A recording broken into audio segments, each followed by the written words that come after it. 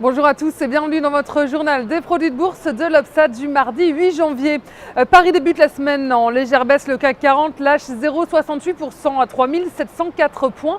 Après l'accord à l'arraché sur le mur budgétaire puis les créations d'emplois globalement positives aux États-Unis, les marchés européens se tournent maintenant vers les résultats d'entreprise aux États-Unis qui commencent aujourd'hui avec Alcoa à la clôture de Wall Street. Sur le front des valeurs du CAC, les financières finissent en haut du tableau. Crédit Agricole gagne 3,54%, Société Générale État plus 2,73% et BNP Paribas est en hausse d'1,86%.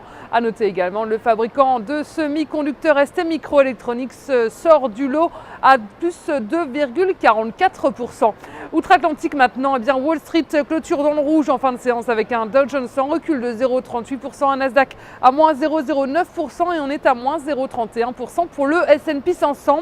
Prudence, c'est le mot d'ordre sur les marchés avant la publication des résultats trimestriels des plus grandes entreprises américaines. Et si on n'a aucun indicateur majeur à l'agenda aujourd'hui, le reste de la semaine s'annonce plus animé. C'est le géant de l'aluminium Alcoa qui, comme chaque année, va donner le coup d'envoi des résultats demain. Aujourd'hui, après la clôture, il sera suivi de Monsanto et d'Apollo Group.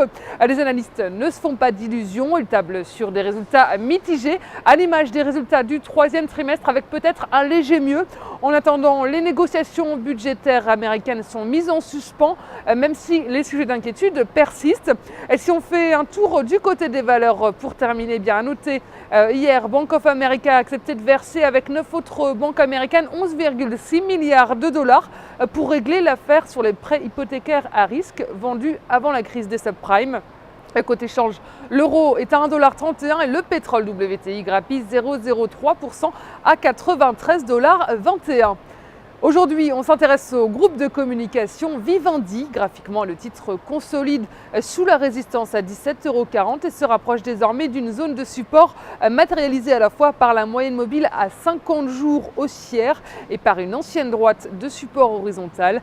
Tant que le support à 15,90€ n'est pas enfoncé, le biais reste haussier avec comme cible les anciens points hauts à 17,40€ et 18,10€ en extension. La stratégie qui vous est proposée pour jouer cette valeur, c'est l'achat du Warrant Call Vivendi à 3458 et d'Unicredit au prix d'exercice de 15€ et d'échéance 6 septembre 2013. Voilà, c'est tout pour aujourd'hui. On se retrouve demain et très bonne journée.